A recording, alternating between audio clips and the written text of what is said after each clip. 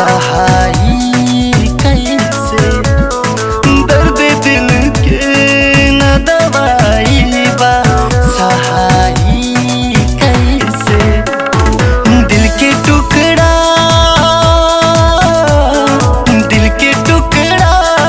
काहे के कैलू भुलाई हमके, दर्द दिल के न दवाई बा सहाई कैसे, दर्द दिल के न दवाई बा सहाई कैसे।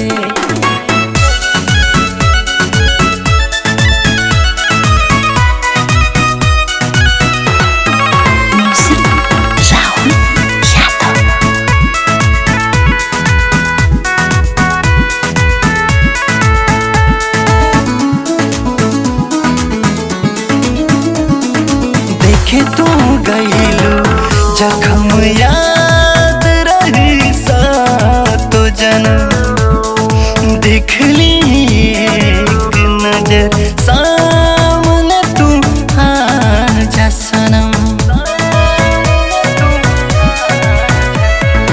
देखे तू गईलू जख्म याद रही सातो जन्म, देखली एक नजर सामने तू आजा सनम।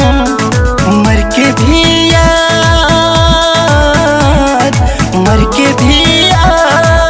आइब तोहके कहीं खा के कसम, प्यार कितना बसनम तुहसे जताई कैसे, दर्द दिल के न दवाई बा सहाई कैसे।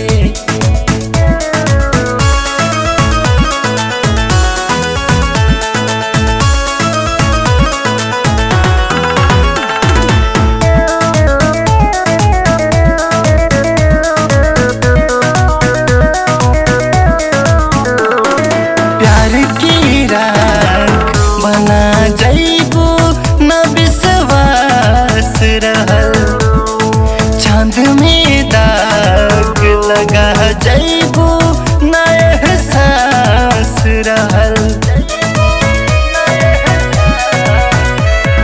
प्यार की राख बना जइबू न विश्वास रहल, चांद में दाग लगा जइबू न एहसास रहल।